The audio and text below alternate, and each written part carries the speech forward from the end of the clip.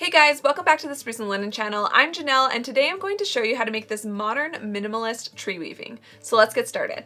This video is brought to you by the Spruce and Linen shop where you can find weaving looms, kits, tools, and supplies. Link in the description box below. This project is a really simple one. It's going to be sort of like a modern, more Scandinavian style, I would say, very minimalist. On my loom to start this project, I have 31 warp strings, and then I did a twining stitch and 6 rows of plain weave.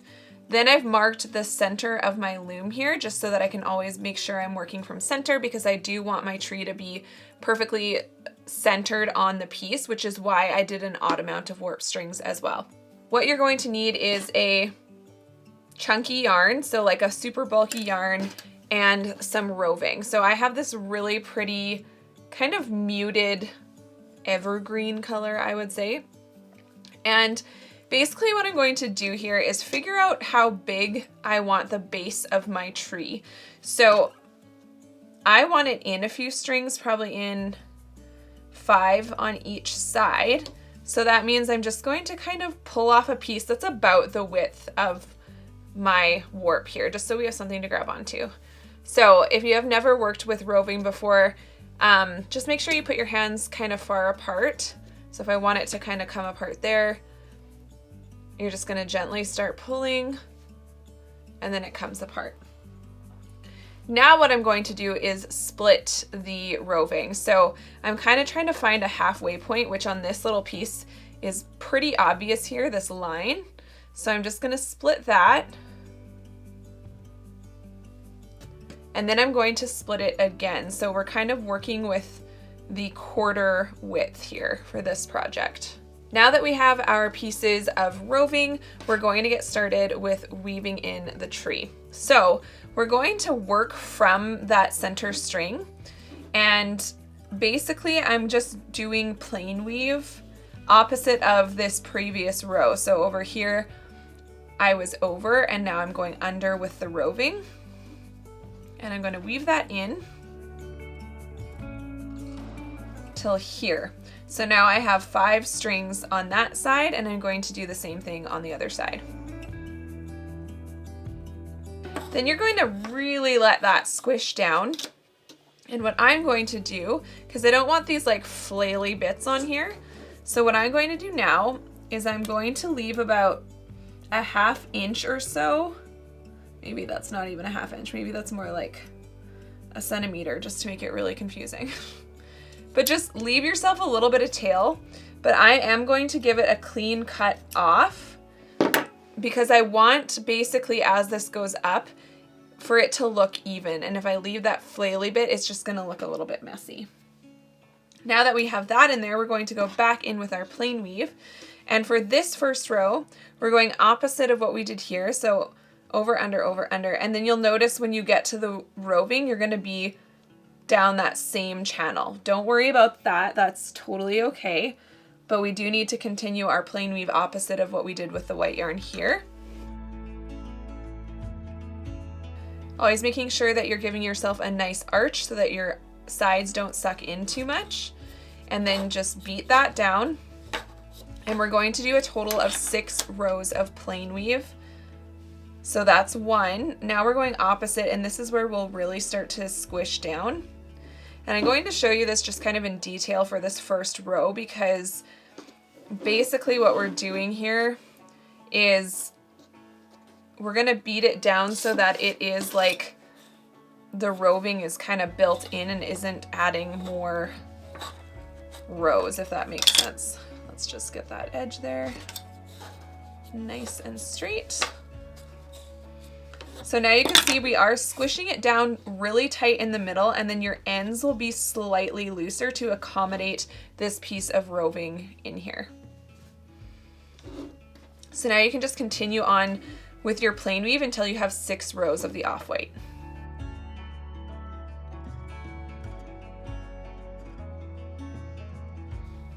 This is a project you could definitely do with cotton rope or multiple strands of yarn too. So if you don't have roving on hand, just use, like, if you're using a super bulky yarn, you could do 2 or 3 strands of it to create a similar look.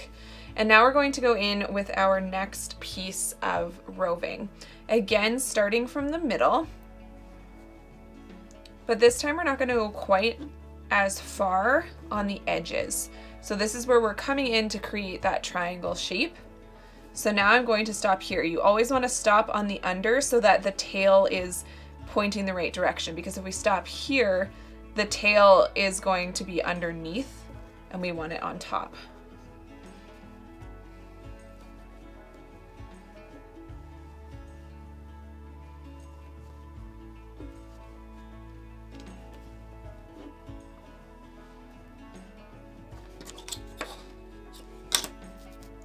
So once again here, we're going to cut our tails off. Just make sure you don't cut it too close so that it wants to sort of, like, this is almost too short, but it still works. And now this piece might work closer to the top, so I'm going to keep that one on hand. And then once again, go in with plain weave. And you're basically going to just repeat that process. So another total of 6 rows of the off-white, and I keep adjusting this because I don't like how my ends are a little bit loose, so I want to tighten that up a little bit. Remember to beat down firmer in the center than on the edges, so it's still even all the way across.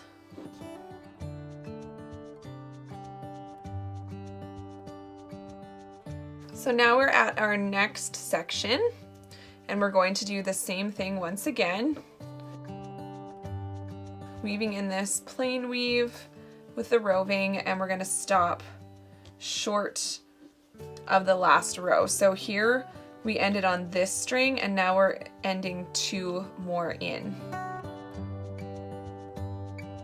And you can see that I probably, I could have that there, but it is a little bit thinner on my ends, so I'm pulling it a little bit further in before I cut off the edge so that I do have a bit of a thicker tail right here. So now we can go ahead and trim this one.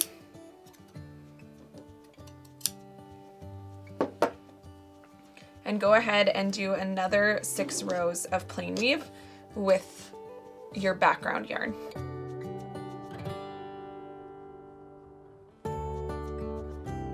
Now once again, we can go back in with our roving, and I'm going to use one of these shorter pieces now.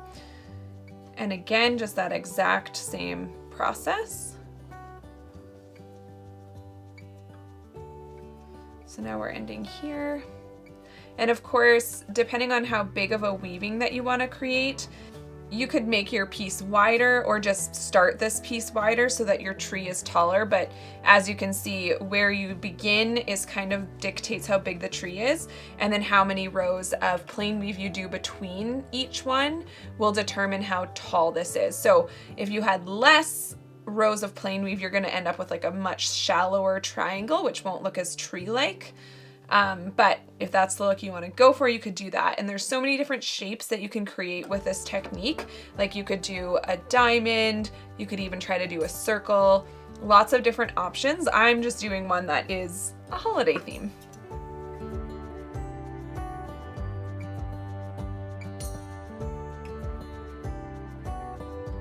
So we're getting pretty close to the top now.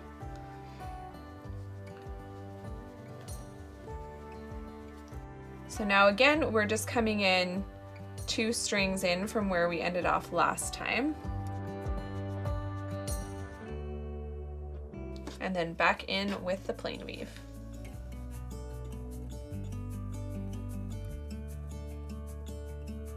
So now we were at the very last section, which is just one more little piece at the very top.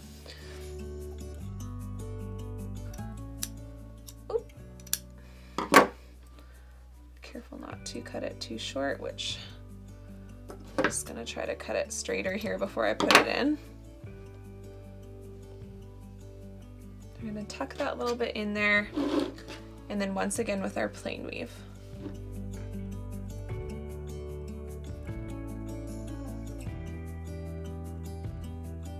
Now that I have all this plain weave on top, I am going to kind of trim down this guy a little bit because it feels a little bit too long. It's not looking as pointed at the top. And then I'm wondering if we need to somehow add one more little piece to be a true peak. This is kind of a work in progress at the top here. So I'm just taking my really little scissors and I'm just gonna kind of try to trim this down a bit. Now, like I said, I'm kind of wondering if I need to, how it would look if I added just I think that would be weird though, because it's different. No,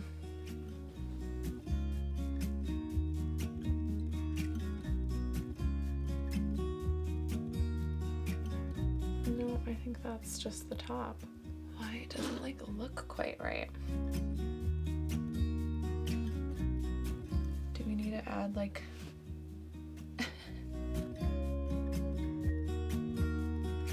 something about the top that I'm not loving, that it's not as pointy? Can we tie a knot? Can we make it a little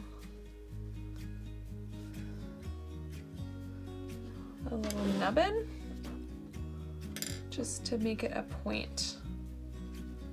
Okay, we're gonna try that. So I literally just took, the top of the tree wasn't quite, like it looks kind of flat on the top obviously because it's a line. So I just took a little piece of roving here and I just like tied a knot. I'm going to tuck that knot in the back and just do a row of plain weave just to see how it looks on the top, because it just is looking a little bit unfinished at the top to me. And I want it to look more tree-like.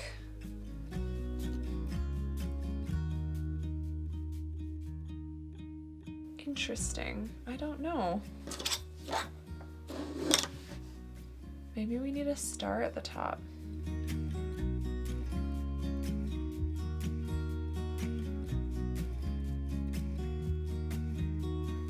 Oh, that kind of works. Okay. Problem solved. What I ended up doing here was I tied that little piece of roving around this one string and then I flipped up one end and trimmed it off so that there'd be more of a point for my tree. So now I'm going to continue on with 6 more rows of plain weave and then a twining stitch to finish it all off.